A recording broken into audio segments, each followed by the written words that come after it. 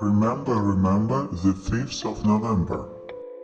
On the 5th of November, British people celebrate Guy Fawkes Night or Bonfire Night.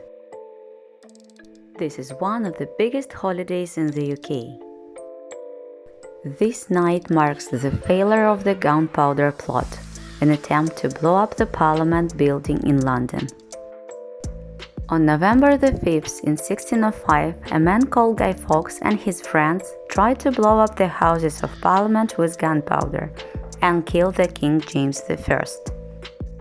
But they were caught and punished.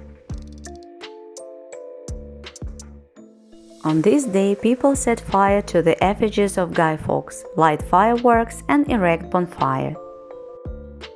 The traditional bonfire night food is toffee apples, whole apples coated with a thin, crisp layer of sugar,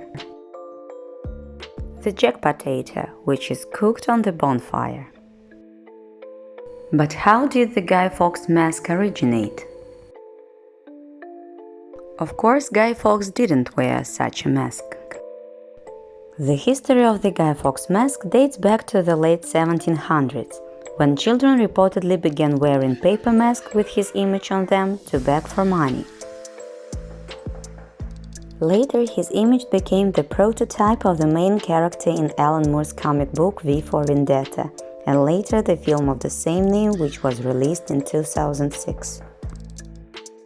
Today, the Guy Fawkes mask is used as a symbol of anonymity, freedom and justice. It's often used at protest actions.